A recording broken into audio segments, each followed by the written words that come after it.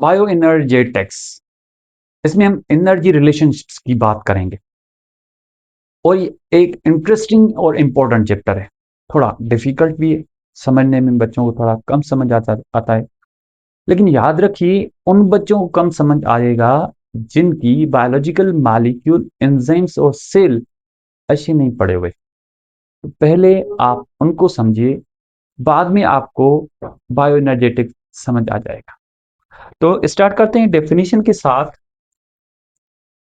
Bio means life or living thing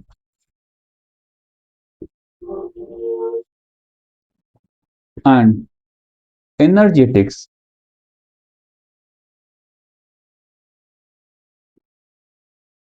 study of energy।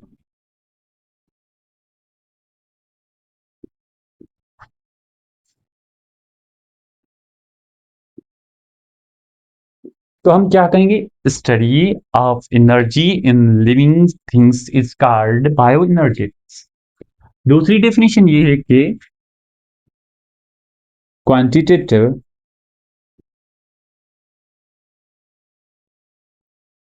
Study of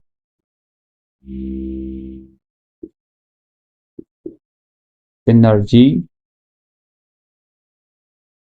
conversion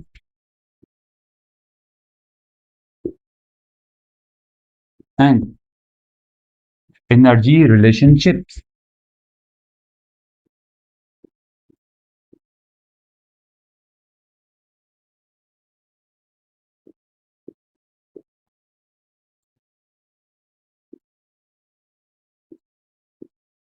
in living system.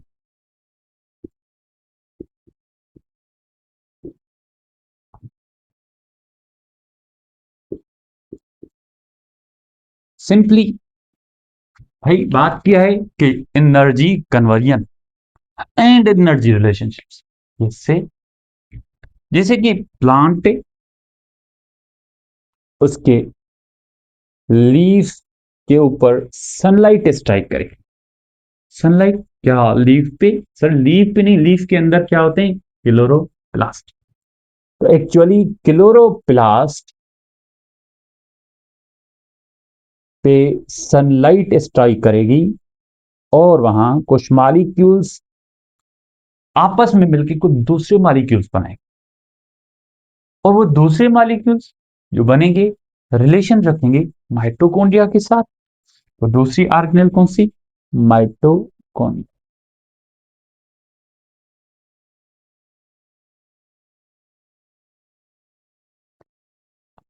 Sir sunlight strike कर रही है leaf पे। हाँ भाई sunlight. ओ sunlight, यहाँ दो टर्म है, सन और लाइट।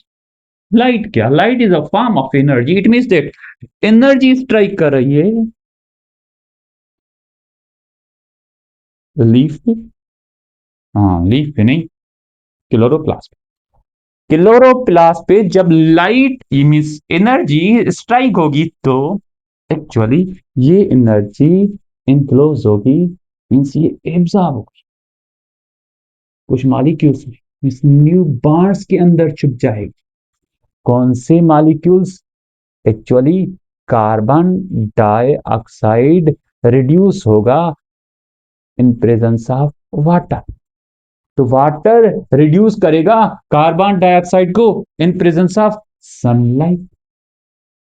हाँ सनलाइट एनर्जी, एनर्जी सनलाइट। तो ये क्या एनर्जी नहीं, एनर्जी इनको भी है, लेकिन as compare to as computer in sunlight इसमें पहले एनर्जी कम थी, लेकिन जब इनमें एडिशनल एनर्जी आ गई सनलाइट तो क्या बनेगा, कॉम्प्लेक्स मॉलिक्यूल। और कॉम्प्लेक्स मॉलिक्यूल में एनर्जी ज्यादा होगी, C6H12O6। पॉइंट को फिर से समझे, हमने क्या कहा कि वाटर और कार्बन डाइऑक्साइड की एनर्जी लो थी, और उनमें एडिशन हो गई सनलाइट की एनर्जी की, it means that high energy molecule बन गया ग्लूकोज। तो सनलाइट एक अलग से फॉर्म है एनर्जी का। अब एनर्जी स्टोर हो गई ग्लूकोज में, तो ग्लूकोज अलग फॉर्म बन गया जिसको हम कहेंगे फूड एनर्जी। और जब ये फूड एनर्जी भी फूड एंटर होगा माइटोकॉन्ड्रिया के अंदर इन प्रेजेंस ऑफ ऑक्सीजन, तो ये फिर से बॉन्ड्स को ब्रेक करेगा, ब्रेक करके प्रोड्यूस करेगा carbon dioxide and water. Sir carbon dioxide water energy है? नहीं, इनके बॉन्ड से दूसरी एनर्जी मिलेगी, उस एनर्जी का नाम होगा एटीपी एनर्जी। तो सिंपली हम ये डेफिनेशन कह सकते हैं, capturing of sunlight energy and conversion of sunlight energy into food energy, and food energy break into mitochondria and produce ATP energy and heat energy.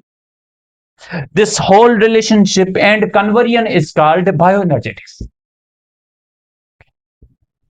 अब यहां दो मैकेनिज्म हुए। एक मैकेनिज्म जिसको हम कहेंगे फोटोसिंथेसिस,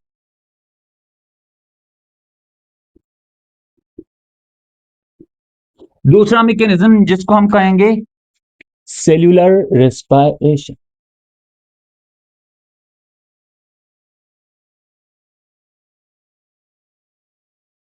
सेल्यूलर रेस्पिरेशन में फूड एनर्जी कन्वर्ट होगी एटीपी एनर्जी में, फोटोसिंथेसिस में लाइट एनर्जी कन्वर्ट होगी फूड एनर्जी में। तो इनमें हमने क्या कहा कि वाटर जो कि प्रोटॉन और इलेक्ट्रॉन देगा किसको? कार्बन डाइऑक्साइड को। और कार्बन डाइऑक्साइड क्या होगा? रिड्यूस होगा। मींस फोटोसिंथेसिस एक रेडॉक्स रिएक्शन है। ऐसा रेडॉक्स रिएक्शन में जिसमें लो एनर्जी मॉलिक्यूल कन्वर्ट होंगे हाई एनर्जी मॉलिक्यूल। और सेल्यूलर रेस्पिरेशन ऑक्सीजन की प्रेजेंस में ब्रेकडाउन होगी इसकी, मींस ये भी रेडॉक्स रिएक्शन है। अगर ये भी रेडॉक्स रिएक्शन है it means that food energy convert होगी एटीपी एनर्जी। तो दोनों रेडॉक्स रिएक्शन। अब हम डिटेल से डिस्क्राइब करते हैं, पहले फोटोसिंथेसिस को, देन सेल्यूलर रेस्पिरेशन।